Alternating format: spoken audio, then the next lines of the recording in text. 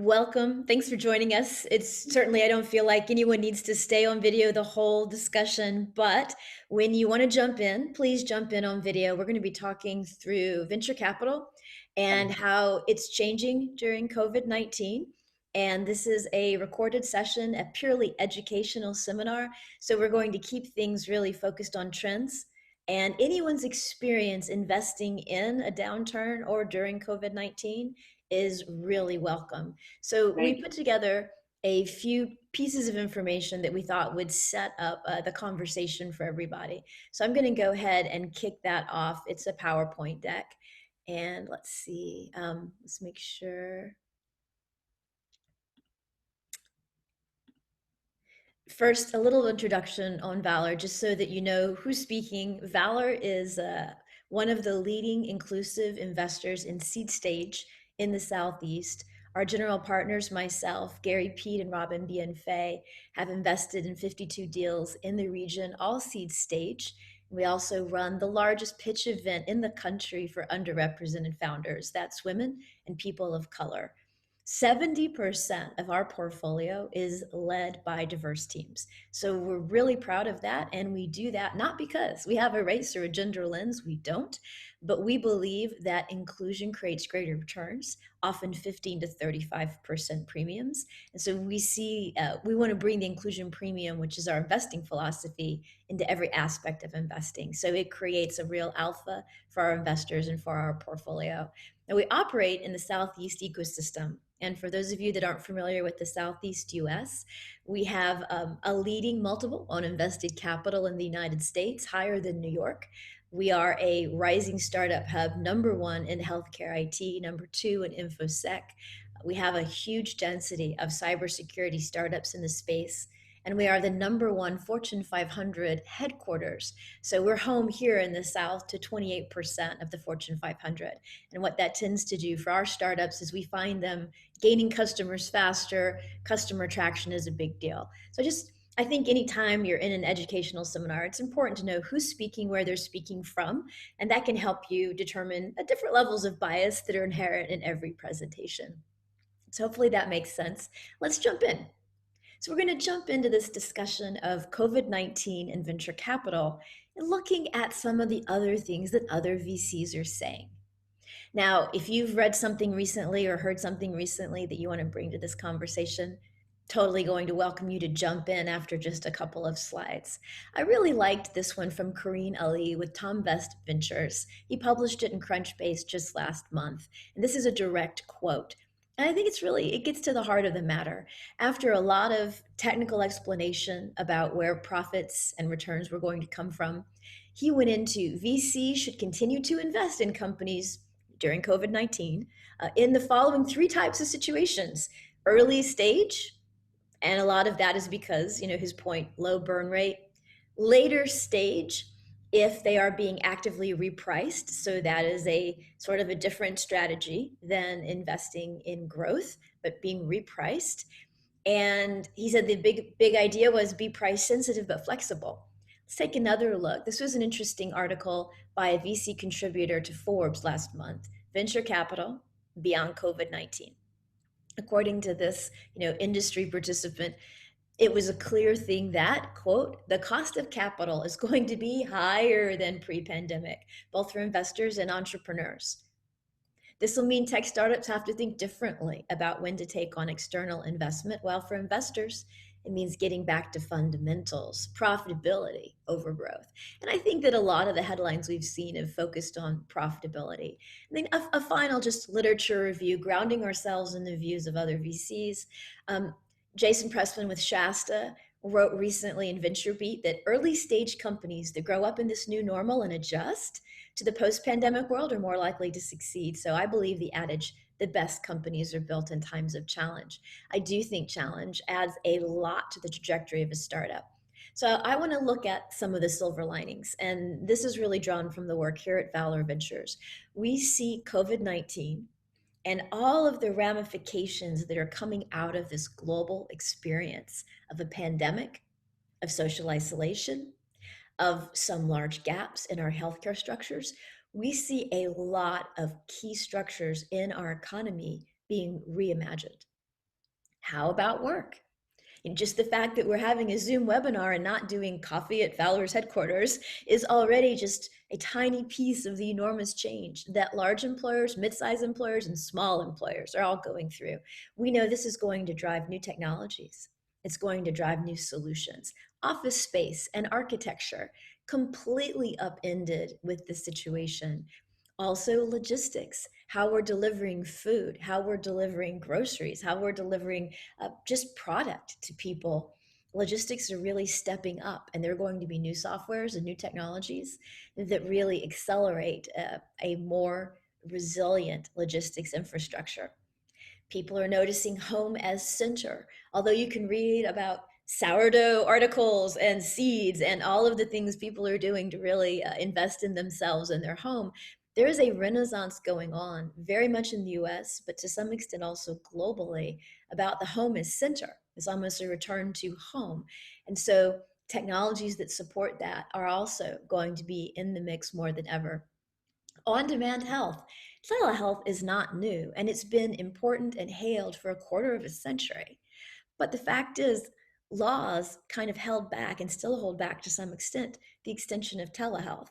Now, through this pandemic, everyone is realizing that some of these laws need to be softened, brought down, changed, and adapted to new realities. And so telehealth is going to enjoy, we believe, an incredible resurgence and an actual boom, sort of a coming of age. Individualized childcare. It might not be a time where people want to think of their children in large groups from very young ages. What do you do about that? How do you solve for individualized childcare in a world where a lot of times both parents work? And so technologies will play into that as well. Financial services, how we deliver financial services, even in our economy where 20% of the US is underbanked, got a lot of opportunity to change how people are paid, how they store their value, how they invest. And so that isn't a brand new environment, but it's been informed substantially by COVID-19. And of course, it wouldn't be fair to our graduates in 2020 not to mention how remote learning is really being shaped, refined, pushed forward, and enhanced. And so in these areas and in others, we're seeing a pressure come to bear on entrepreneurs who can invent for very strong pains and be rewarded by customers. So if that's the case, there's some pressure because of COVID-19. Venture capitalists may not have as much capital to deploy. Their portfolio firms are getting more capital from them. But on the positive side, if you look historically with the long lens, we're very encouraged that most startups actually exit in their first couple of rounds. In fact, nearly half of exits occur in the early stage. And this is a really nice chart that we took from CBI Insights. They have a deeper report that you can dive into, but it really drives down and shows you that a full 25% of exits happen after seed, and another almost 25 is 23% happen after Series A. And so for an investor, when you just kind of look at this situation, you see that early stage is where the bulk of the exits are. I think it's also important in framing how COVID-19 is pushing venture capital that we look at where you see these multiple rounds. So if you go back to this chart and you look at, 6% of exits are after Series E and 7% of exits are after debt, and then consider these facts.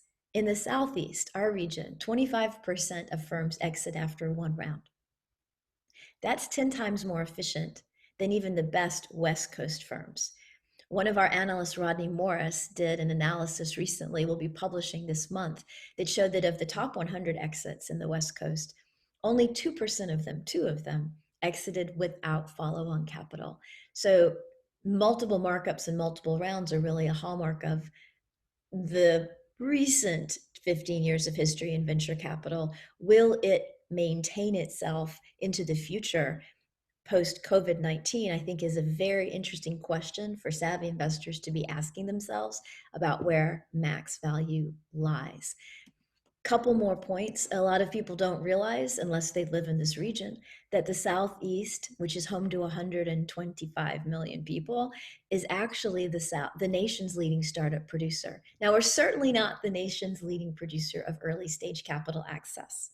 But when you look at where entrepreneurs are raising their hands to solve big pain points, the Southeast is far ahead of Silicon Valley and even the New York greater metro area, which includes Newark, New Jersey, Brooklyn, sort of that New York metropolitan area. Now, a lot of this is driven by population, of course. We are the largest region in terms of population, with the greatest density of Fortune 500 headquarters, and a lot of other things, including chronic healthcare issues that make the Southeast a hotbed of big problems to solve for entrepreneurs. Historically, the Southeast has not been a great place to raise a first round. So if you look at this is the percent of startups receiving their first funding by where they were started. And in the Southeast, it's by far the worst. 25% of startups who start here receive their first round here.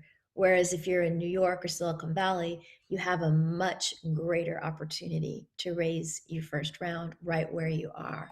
But in a COVID-19 world, this brings up, is it time for a shift? Is in fact a shift happening that would make investors pay closer attention to overlooked, scrappy opportunities like the Southeast? One of the things that we find very intriguing is that the average multiple on invested capital for West Coast startups, just on average across the board, according to Crunchbase, is 4.3. But the average multiple for Southern startups, of which there are fewer that get rounds. So let's be clear about that. There's a lot bigger number in that 4.3 for the West Coast, but the average multiple on invested capital is a 4.6 for the Southeast. And that's a pretty impressive performance statistic.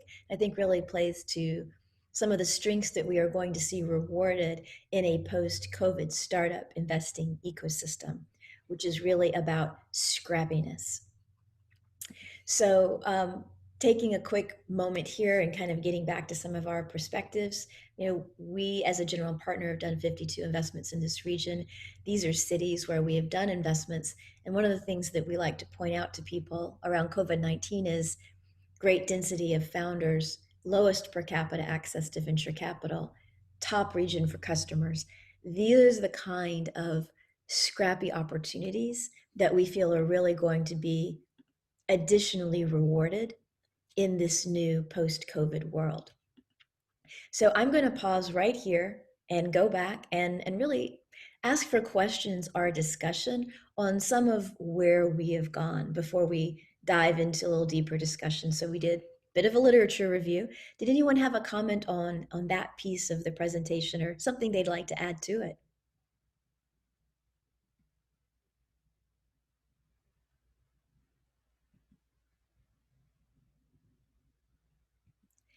Then we talked a lot about how different segments are going to be reinvigorated by insights from COVID-19. And it's going to touch some very large industries, giving entrepreneurs an unusual opportunity to invent quickly into large markets with large pain points. Does anyone have another industry or an insight around some of the things that are being reinvented, retuned, retooled for a post-COVID world?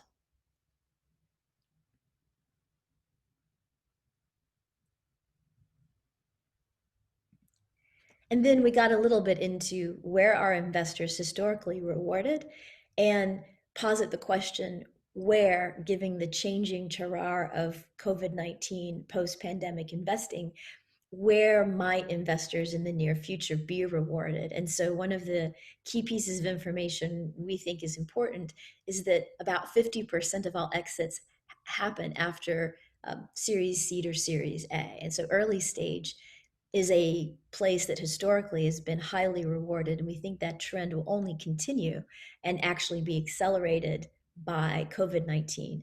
So that's something to really think about is when you invest. And then, of course, looking at firms that are historically most successful in exits after seed or Series A, the Southeast is literally 10 times more efficient than West Coast startups, even the most successful West Coast startups from the database of 100 top exits we pulled from the West Coast and the Southeast on exits. And so it tends to be that the culture here in the Southeast of startups does look for those fundamentally scrappy, self-supporting, finding their own customers. And we think that there's an unusual opportunity for reward in startups like that, especially now. And especially as the Southeast is the largest producer of startups, very population driven. But I'm going to really encourage a little active learning is better with participation, including challenging. So please jump right in. I'd love to hear some questions or thoughts that any of you have based on the material and how you see COVID-19 and startup investing.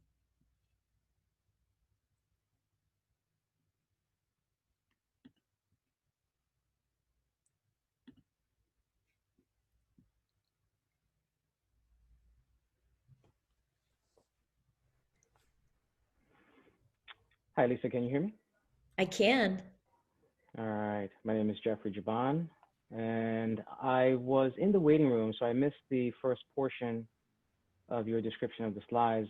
My primary area, in terms of my expertise, is in the insurance industry, and I could tell you that many insurers are going the opposite direction. So I'm right now trying to identify where there might be opportunities for insurance companies, insurtechs, service providers to the insurance industry to try to drive more innovation and take advantage of the dislocation in the market.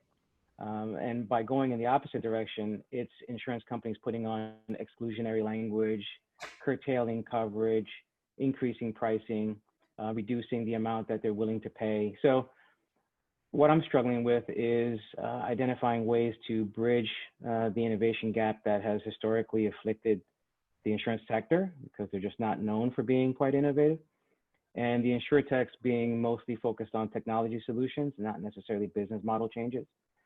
So, I just am offering, as part of your response to your question, the insurance industry is generally going in the opposite direction, unfortunately. And, I'm looking forward to thinking through better ways to drive innovation and to fill these gaps. Not specifically healthcare insurance, but more on the property casualty side. Yeah. When you say moving in the opposite direction, and thank you for sharing that, what do you mean? So in a post-COVID context, where do you feel the insurance industry is moving? I think the insurance industry is moving away from accepting the additional risks exposed through the pandemic, right? Having afflicted so many different communities. Mhm. I think they're looking for ways to mitigate their own potential for financial loss as opposed to ways to leverage their balance sheet and what they do well. So, insurers can either be risk takers or risk avoiders, like anyone. Generally speaking, they get paid to take on risk. And what I'm seeing is that they are accepting less risk in the framework around the pandemic. So there's got to be a way to encourage them to move across the spectrum and become risk takers again.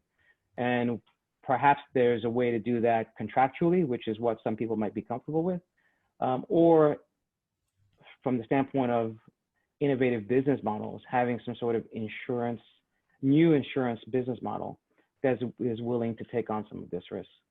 It's a great point. We base so many things, especially in the financial services world, on historical models. And it is really important to be informed by those. If you don't know your history, you will be doomed to repeat sometimes the ugliest parts of it. But COVID-19 is a very new situation. And so it makes history rewritten, and a lot of the models, especially in insurance, don't apply like they used to. And one of the dangers we see in startup investing, especially in the early stage, is applying a model whose time is finished. And for example, just to be very specific about it, this new research that we did with my associate Rodney Morris, we looked into markups, and it showed, and it will release the paper, but it showed that markups are really only effective for West Coast startups, and they're not actually very indicative for East Coast and especially Southern startups. So interesting. You wouldn't want to apply a markup means proxy for returns in that environment. So thank you for sharing that. Anything else? Yeah, I was going to say I would actually want to maybe talk to you offline to keep this conversation going a bit more. because I do think that there's something fundamental to the business model for the insurance sector specifically that should allow for and encourage more investment in this space, and to some extent bifurcate from the old money, if you will, in the industry that might be more risk averse to the new money that would be willing to think through, well, how can you actually monetize the opportunity to cover this? And there's no doubt that a lot of large new markets are created, and a lot of large markets have been really decimated by Mm-hmm. COVID-19. It may never come back. And those fundamental changes, I think, it's critical for insurance or for venture capital to be really, really sensitive to the details around those landscapes in order to perform. So I know we have other smart perspectives in the room, and I'd just love to hear from maybe Alex, maybe Doug, Eric, Cariana. Jump in with any thoughts that you have around how COVID-19 and venture capital are changing, especially experiences you may have had. Welcome, Mary Claire. No, it's good to be here, and it's always good to hear your challenging voices. And I would tell you, actually, bridging a little bit from the conversation on insurance and to here, and our firm has actually been bringing a lot of insurance folks in. You know, insurance, as you say, is based on data, and they have to have data, and the data for something that doesn't have precedent are no good. So the concept within insurance seems particularly not adept at change. But I think that we've been really within our firm very much hoping that this pandemic, because it is so disruptive in every way, is providing opening, and to have this coincide with some of the racial inequity conversations that we're having leaves me fundamentally hopeful that we are able to see things differently, and that needing to let go what was and to think forward. Anyway, that's just a broader comment. I love that perspective. I mean, when you look at, for example, the new legislation that recently got validated by the Supreme Court around you cannot, as an employer, discriminate against people across the spectrum of gender, period. You can't do that. That is landmark and huge for the United States. And it's not in tune with some of the other political voices in the United States. And yet that just became really strongly the law of the land for all employers. So I agree with you. We are in an interesting, there are multiple black swan moments going on in this country right now. And Black Lives Matter is another one of those. It has caught the nation's entire imagination across color lines, and I hope across many class lines. And that's creating enormous tailwinds for opportunities that weren't necessarily funded in the past, or even were suppressed from being funded in the past. So another reason that I really think that the Southeast is uniquely positioned. Of course, I'm here, so I have that point of view, and I realize I'm completely subjective. But the Southeast is uniquely positioned as the region with the greatest density of founders of color to really rise with the new wave of awareness and appreciation for that. Plus, the demographic shift in the country, which is clear towards minority majority. I mean, for companies that are looking forward and want to grow and want to be part of the future, they have to evolve with that demographic shift. That's just a part of what's happening in this country. Those are really interesting points, Mary Claire. Thank you for bringing that up. I'm going to go back to our deck for a couple of final thoughts to share with you about venture capital and COVID-19. But before I do that, I want to make sure that we also heard from anyone else that had something they wanted to add to this conversation.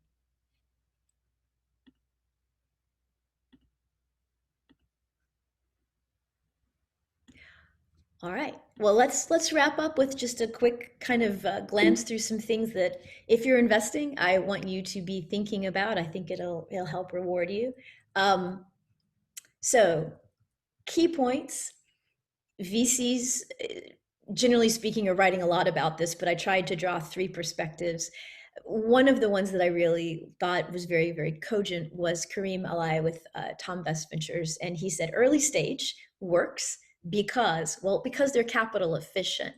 And so I think for an investor, you ask yourself, where am I going to find the best early stage companies that are the most capital efficient?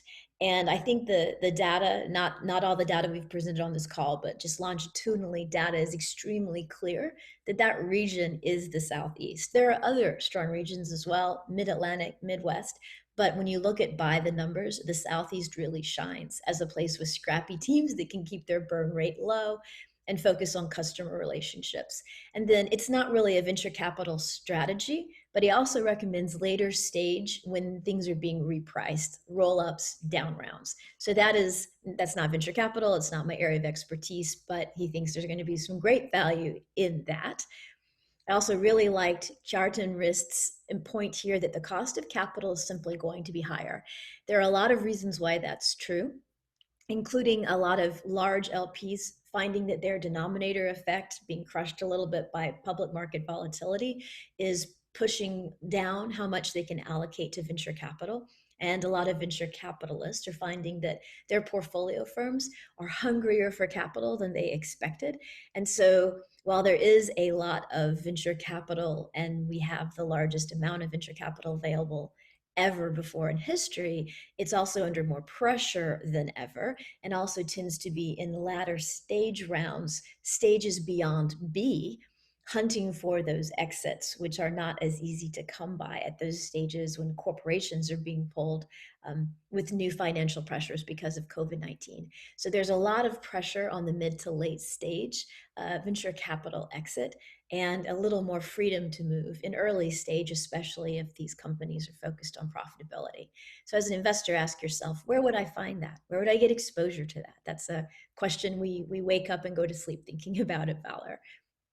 The fallacy of normal, early stage companies that grow up right now, they are probably going to be very good bets. And in fact, we saw that in the last financial downturn. Companies that were launched during 2008 and 2009 have some of the best multiples on the books in venture capital.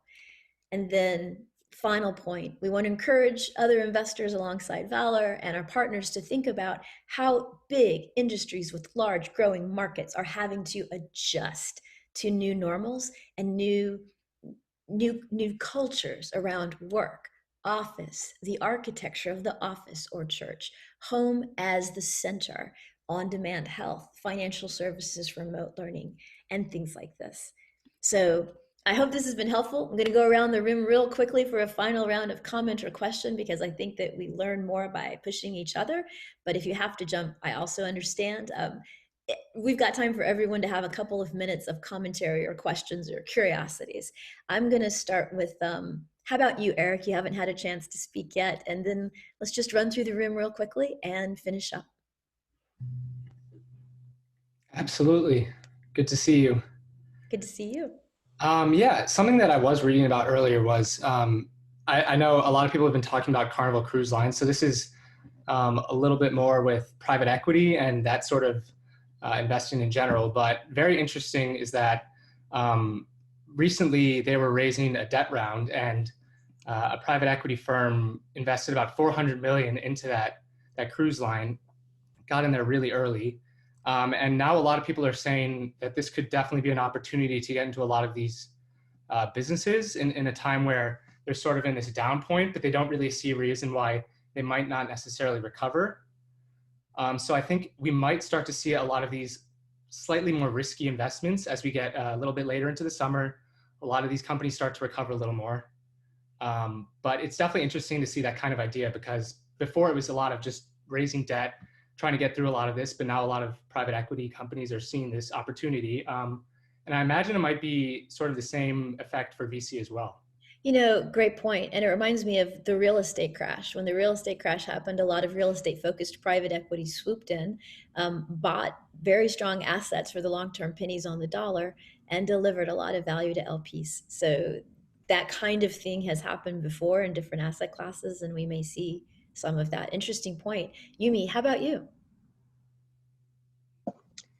I think it's very interesting, as you were talking about all the different opportunities for all these startups now to enter and really help fit these COVID needs, or like the working from home needs. So it's going to be interesting to see as how many more startups enter and the market becomes more saturated, how they'll have to all differentiate themselves to really be able to stand out from all the other ones. So I'm interested in seeing all these new ideas and innovative ideas that pop up, these entrepreneurs will really have to like fight to be like the top or really have that edge that gives them the differentiation. Yeah. It's, the interesting thing is entrepreneurs are always fighting, but in the last, say, 15 years of venture capital, well, at least 10 years of venture capital boom, they've been fighting for a different thing. And I think that entrepreneurs in general have gotten the impression that what they fight for is the next investor round approval. And what the current market is going to make so clear is the startups that are actually earning customer approval, which is going to put the founder in a stronger negotiating position and put the investor in a de-risked position because of the opportunities that those kind of companies earn in the market. So I find that really encouraging. How about Cariana? Hello, everybody. Thank you for all your wisdom, Lisa. I appreciate it. So I think it'll be really interesting to see as the whole world is disrupted and this industry is disrupted as well, how that brings a little bit of equity and distribution forward from a geographic standpoint, from a demographic standpoint. So, venture capital had huge magnets to certain locations, certain regions, certain types of people, certain businesses. And obviously, as investors are looking to find new and different opportunities given the new normal, it'll be interesting to see how that plays out and what new opportunities are realized in that shift. Yeah, it will. It's a great time to be a venture capital investor. It's kind of very much lining up for our region is how we kind of look at it. So I really agree. Alexander, any thoughts you'd like to add? Thank you, Lisa, very much. So actually, we as investment consulting company now, we are really now facing the challenge with this COVID-19 due to the fact that deals last, longer time. I mean, from the very beginning, from the first introduction till the signing of the SPA agreement. And that is, that's obviously happening because of the challenges and because of that new restrictions that we have, because it's very important for the investors to feel the chemistry, to feel the emotions, and to meet face by face with the startups. And unfortunately, now we are, we should rearrange our expectations and rearrange our approach for that. But still, I think that actually this pandemic will last, let's say, some more time, and I don't believe that it will finish really, this year even, because there will be the second, the third wave maybe, and I'm not sure that the vaccine will be so effective from the very beginning. So we all hope for that, but maybe it will be not so easy. So anyway, I think it will be maybe 1-2 years this problem that we're facing now, and the assumptions that we see in our startups and in terms of the sales, in terms of the traction, everything, all of them are now have been changing because of this pandemic. Yeah. Yeah. No, I didn't mean to interrupt. Please finish your thought. I just really agree. Yeah, that's it. But anyway, I think that for sure we will overcome that. And anyway, what we see now in our industry, in the biotechnologies, that still we see the new investors who are now changing their focus also on the biotechnologies. If before that some venture capital funds, they were more focusing, other industries, we see that some of them now also include in their pipeline, include in their focus. They attract advisors, opinion leaders, and they try to collect in the pipeline interesting and promising biotechnological companies. So that's why we are happy that we selected proper niche. Thank you. There's an interesting point you make too about the nature of early stage investing. And so today I'm reviewing operating docs for a seed state deal that we're leading in an Atlanta startup that has 2.5 million in revenue and did not do a prior professional investor round. They had a few angels. But this software company is really strong, and we got through tons of diligence because we were able to look into their finances deeply. We were able to interview their customers. And it's early days. I'm not going to call a trend or anything, but I'm going to tell you two things that were really interesting. One, we did a lot of customer interviews. We do that anyway. We got even deeper. We interviewed customers on Zoom, and so come on, really tell us about it. And we learned more than we usually did because we would usually do 5 or 6 phone calls and kind of check in and ask the same questions. But face to face, we saw their businesses. We saw how they were operating, and it was even more deeper, which was really interesting. We also got to see all the co-founders in their homes and in their office. And so that made us feel like we saw more of a 360. Now, I will admit that I did end up meeting the co-founders face to face on a patio. I just needed to do that. And maybe I'm just old school. I'm 48 years old. But I was surprised how much diligence and how much confidence we could get around this deal without face to face. And I think that's a trend that we're going to double down on, just to share, what's actually Yeah, happening in our world. yeah. I also feel that. Thank Yeah. you. Yeah, I agree. Mary Claire, did you have a final thought or observation to share with us?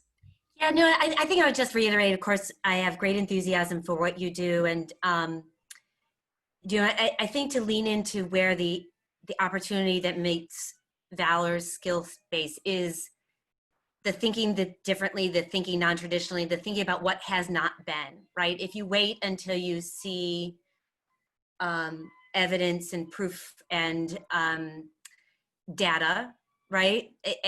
I think that the moment gets lost. And this is one of the fastest moving crises we've ever seen.